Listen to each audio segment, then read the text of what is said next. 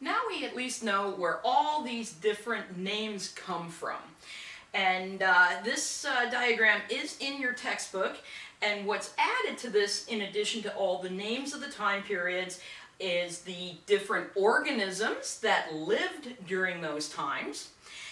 And then there's this. It's the actual numbers of how long ago those time periods occurred.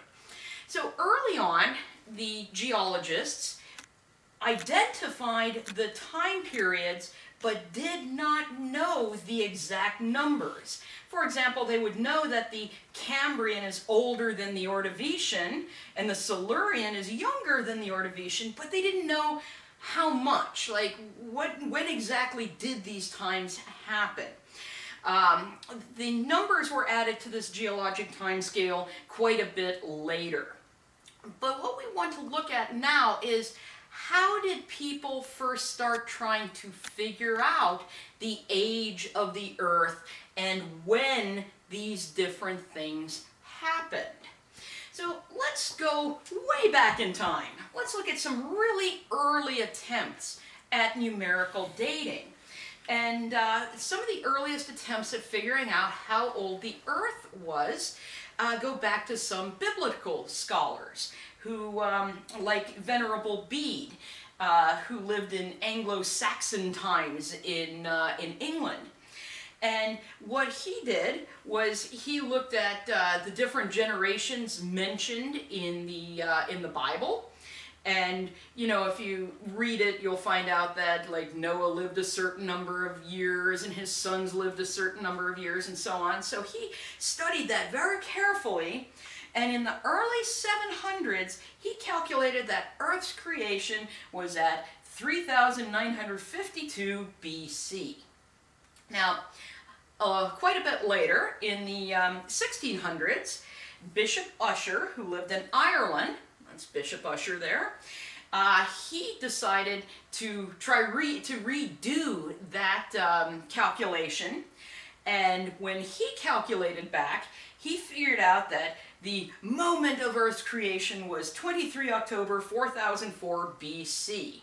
I don't know how he got the exact date down. It got even a little bit weirder than that. Some people took Ussher's work and then even figured out that it was something like 10:07 a.m. on 23 October. I really don't know how they determined that. But in any case, these were some early attempts at figuring out the age of the Earth. Now, people later on realized that we need to have something more based on Earth's records to try to figure out the age of the Earth.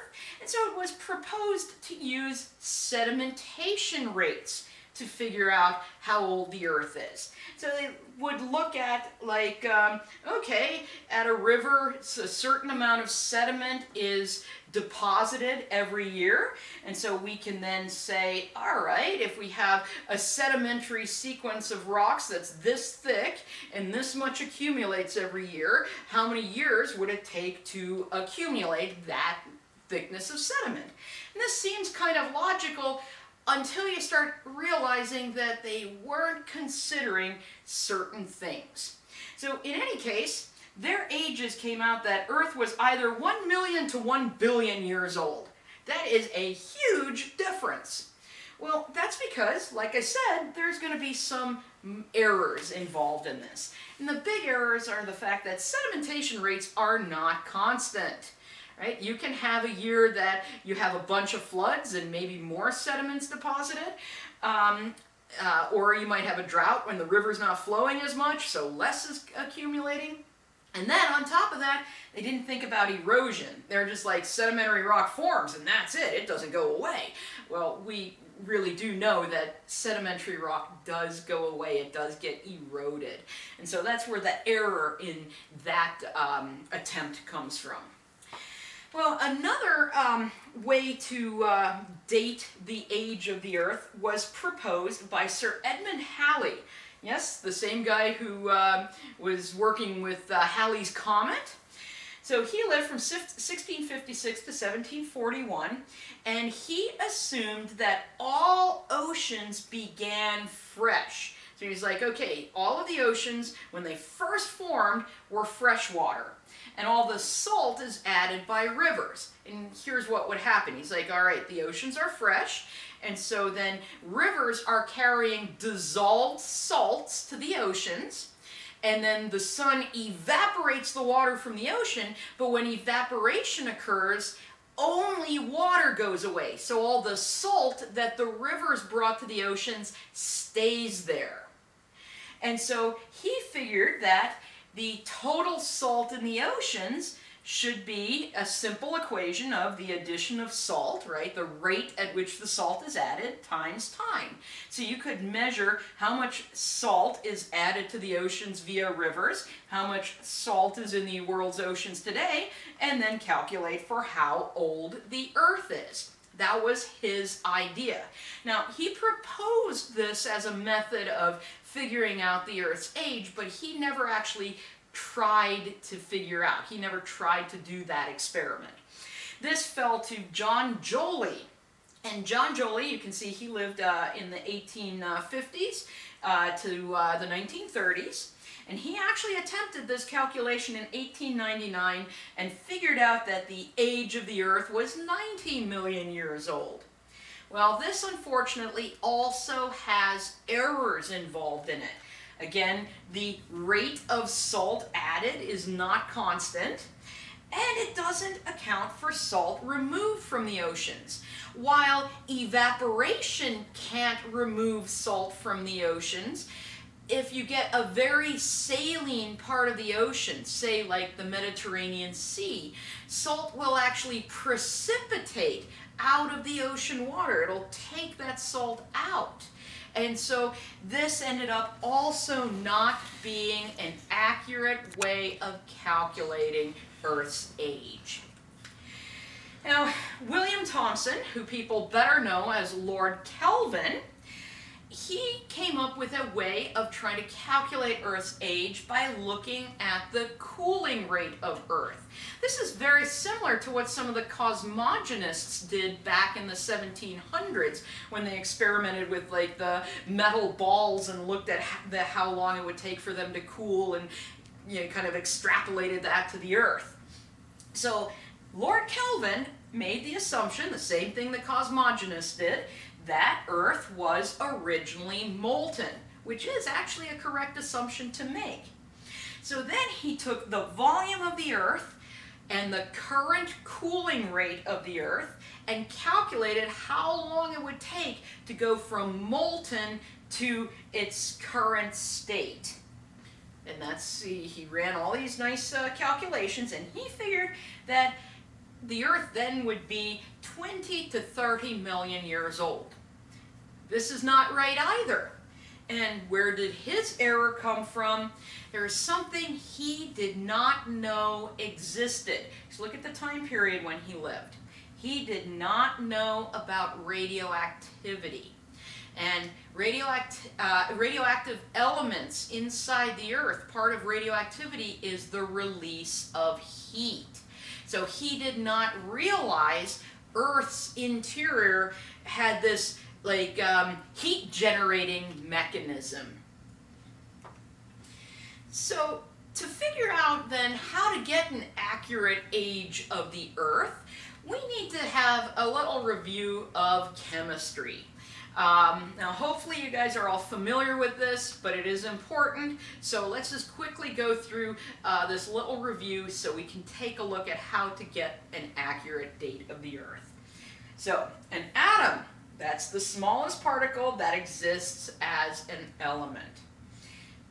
And inside our atom, or what makes up an atom, are what we call subatomic particles. Sub meaning smaller, right? Smaller than the atom. There's going to be protons, which have a positive charge, neutrons, which have no electrical charge, and electrons that have a negative charge.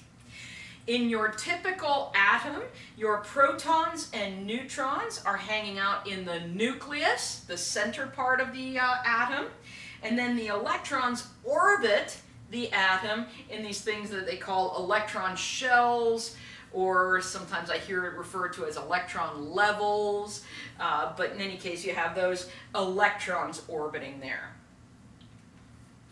All right, well, what's an element? An element is a substance that cannot be broken into a simpler substance by ordinary chemical or physical means, which means you can beat the heck out of an element in your garage with a hammer and you are never going to break it down into anything smaller than whatever element that is. You need some extraordinary power to break apart an element.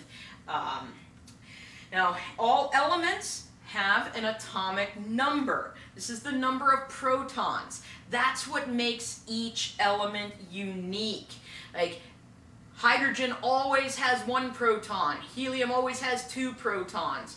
And that's the thing that defines each element. That's its atomic number. Now, elements also have mass numbers. That's the number of protons plus the number of neutrons. And that's its mass, or you can kind of think weight. We can disregard the electrons because their mass is negligible. It's so tiny we just ignore it. There are isotopes, and isotopes are varieties of an element with different mass numbers. That means they have the same number of protons, but they have different numbers of neutrons. And there are both stable isotopes and unstable isotopes. Today we're going to talk about the unstable isotopes, which are the radioactive isotopes, which help us figure out geologic time. They help us figure out when things happened. Now, stable isotopes, these are also useful in geology, and in some later lectures we're going to see how we use those. But today we're going to look at the unstable isotopes. All right, and I said those are radioactive. Well, radioactivity was actually only discovered in 1896 by Henri Becquerel. And in radioactivity, you have this unstable isotope, which we call the parent, and it breaks apart spontaneously. That's why it's unstable. It is not going to exist for eternity. So it will break apart, and when it breaks apart, it releases energy or particles. That's the radioactivity of it. And it becomes a more stable isotope, which we call the daughter. And so when I said there's that radioactivity, it releases energy or particles. Those are the radioactive decay products. And our radioactive decay products could be an alpha particle, which is 2 neutrons and 2 protons being released. You could have a beta particle, and this is where a neutron in the atom splits into an electron and a proton.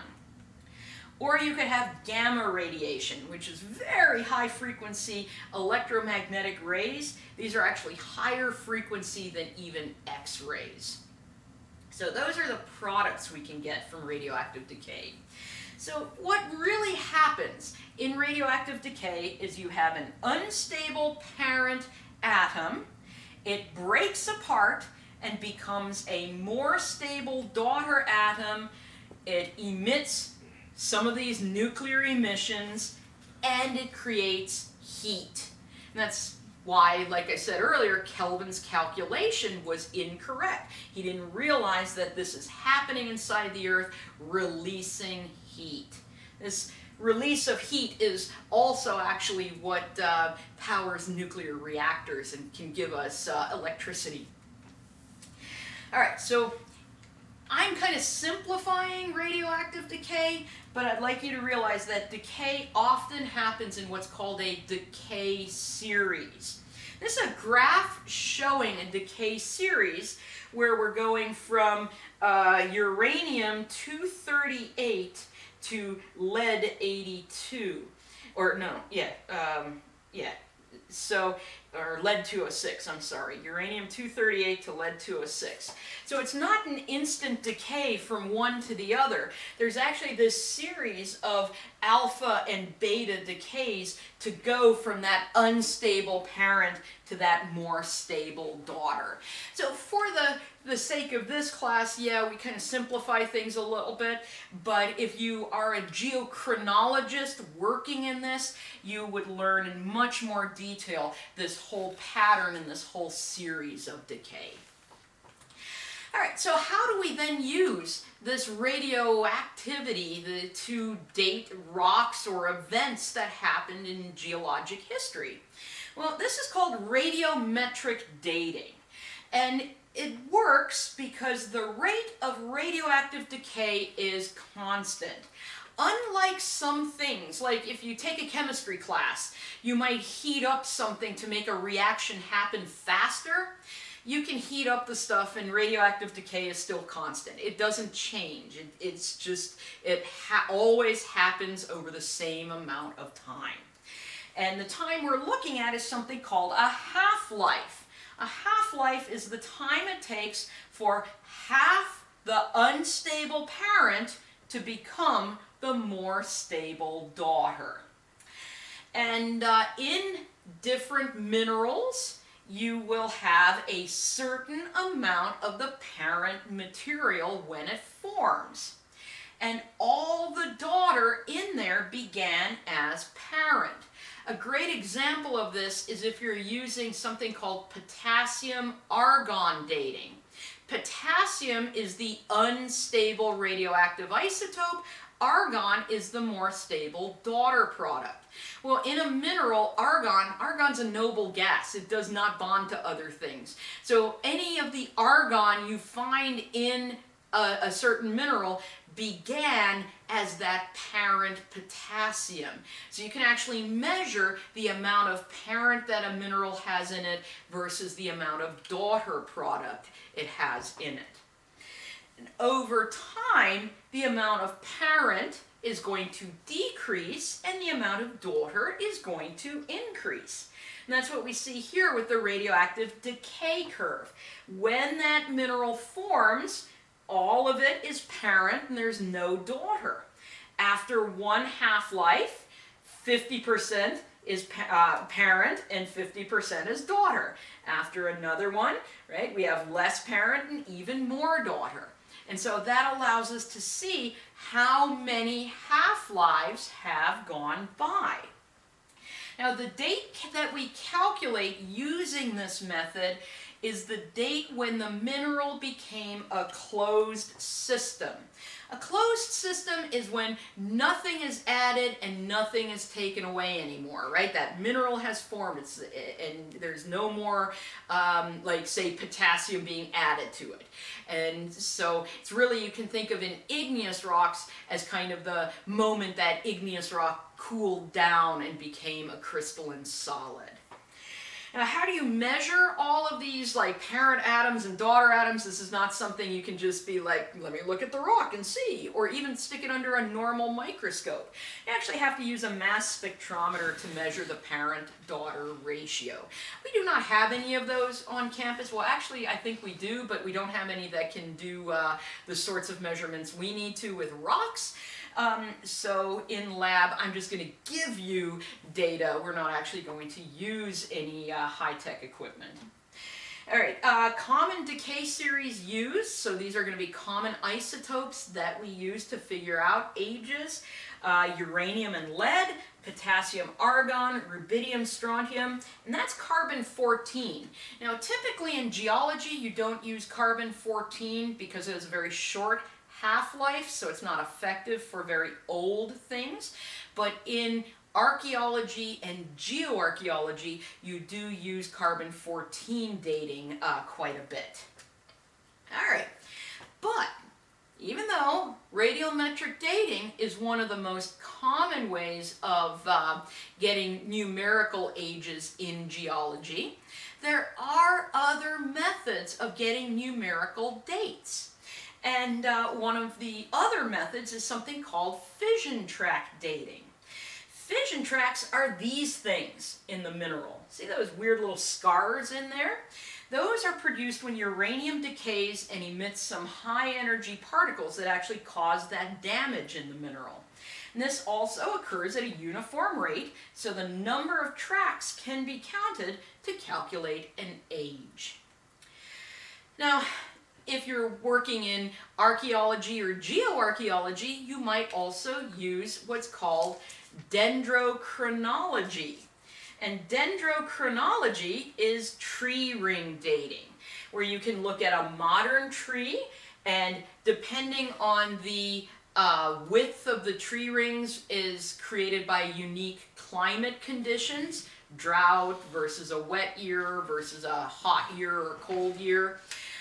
And so you can look at modern tree rings, and then you can look at older wood that might be preserved in houses, or like some of the Indian pueblos in the American Southwest that were built with trees that are thousands of years old. And you can start stretching those tree rings because they have that unique thickness pattern to it. You can take this back thousands of years. And so this is another way we can get numerical dates, because each tree ring corresponds to 1 year. And so we can actually count backwards. And it's one of the universities in Arizona keeps a tree ring laboratory. They have collected tree data from all over the western United States and keeps a record of the different tree rings. So you can use dendrochronology working pretty much anywhere in the United States by consulting them.